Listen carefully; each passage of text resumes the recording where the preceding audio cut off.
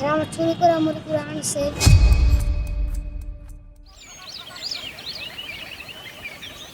ভোরের কুয়াশা মারিয়ে উকি দিয়েছে সূর্য। বীর মুক্তিযোদ্ধা রঞ্জিত সিংহ শহরের পথঘাট পরিষ্কার করে চলেছে এখনো। কেউ বা শরীরচর্চার জন্য দৌড়াচ্ছে, আবার কেউ কেউ ব্যায়াম করতে ব্যস্ত। অফিসে যাবার পূর্বে গরম ধোয়া ওঠা চায়ের চুমুক দিচ্ছেন কেউ বা, আবার একদল মানুষ সমুদ্রের স্রোতের মতো ছুটে চলেছে কর্মস্থলের দিকে। তবে এখনও ঘুম ভাঙেনি সুবিধাবঞ্চিত অনেক মানুষের। তাদের জীবন হয়তো এত ঘড়ি ধরে কিংবা নিয়ম করে চলে না, তাই ঘুম থেকে ওঠারও তাড়া নেই এই শীতের সকালে। তবে আজ আমাদের গল্প পানি এবং ফুল বিক্রেতা নূর হোসেনকে নিয়ে। ছোট্ট নূর হোসেন সহ তার পরিবারের কয়েকদিনের জন্য মাথা গোঁজা ঠাঁই হয়েছে সোহরাওয়ার্দী উদ্যানের এই শহীদ মিনারে, যেখানে লেখা রয়েছে মুক্তিযুদ্ধে শহীদ হওয়া ঢাকার বীর মুক্তিযোদ্ধাদের নাম। এখানে খুব আয়েশ করে ঘুমাচ্ছে মিরাজ। সে নূর হোসেনের বড় ভাই। ওদিকে নূর, তার বোন আর খালাতো ভাই রাকিব ঘুমাচ্ছে পলিথিন আর ছেঁড়া মশারি দিয়ে তৈরি এই অস্থায়ী ঘরটিতে। নূর হোসেনের খেলার সাথী ছোট্ট বিজলি দৌড়ে বেড়াচ্ছে। নূরের মা ফুল সংগ্রহ করে এসেই প্রথমে মিরাজকে ডাকলেন, তারপর নূরকে। মিরাজের ঘুম যেন ভাঙতেই চায় না। অবশেষে ঘুম থেকে উঠলেন দুজনই। তারপর চলুন পরের গল্পগুলো না হয় তাদের মুখেই শুনি। আমরা ফুল বিক্রি করি। সকালে সকালবেলা উঠি, উঠে ফুল আনতে যাই, ফুল এনে রান্না বাড়ি করি, খাওয়া দাওয়া করি, ফুল বাড়ি ডাক দেই।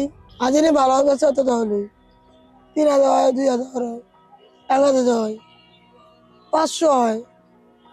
আগে বেচা 1,000 টাকা, 1,000 বেচা বাজার করছি। আর যে ফুল আমার কিনে লইছি, আমার 2টা, একটা ঘুমাইছে একটা, আর ওই 2টা বোনপুত। আমার নাম নূর হোসেন। উদ্যানে পানি বিক্রি করতে অনেক ভালো লাগে, মাথায় ফুল বিক্রি করতে অনেক ভালো লাগে, তারপরে খেলতে ভালো লাগে।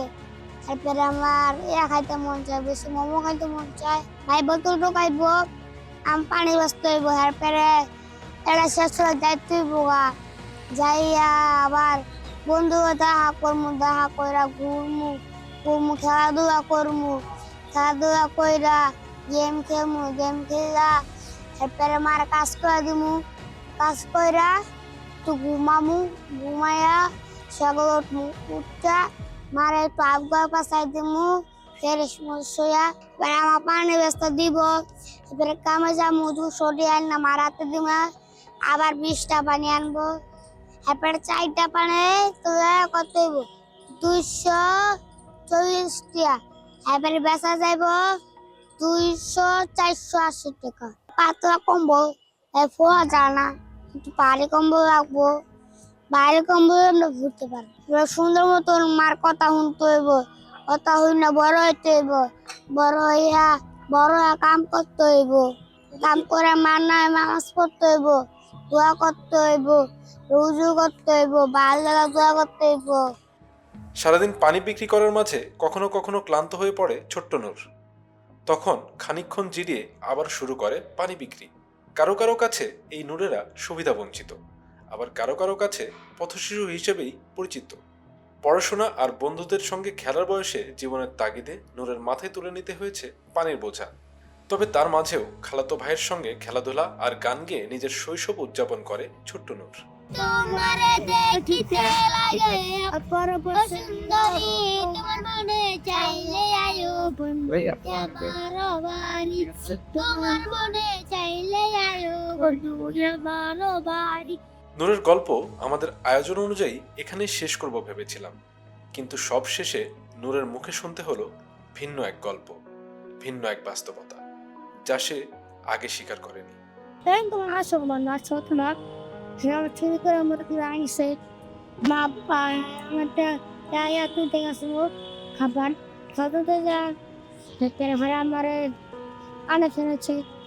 খাই না কাম করে, কাম করে দুধ আছে জামুগা, তাহলে আমি আব্বুরে দেখতে পারি না, তো জানি না কি হয় না, মারা আছে নাকি কি হয়েছে আমি জানি না।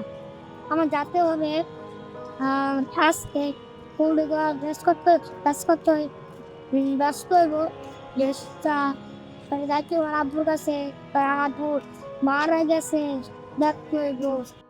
সবকিছু জেনে শুনেও নূর অভিনয় করে চলেছে নিজের সঙ্গে। সে ফিরতে চায় তার আপন মায়ের কাছে, সেবা করতে চায় আজীবন।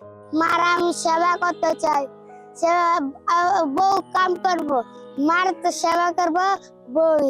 আমি তো অটো রিক্সা চালাইতে যাবো না। চুরি হওয়া নূর কি ফিরে যেতে পারবে তার আসল মায়ের কাছে?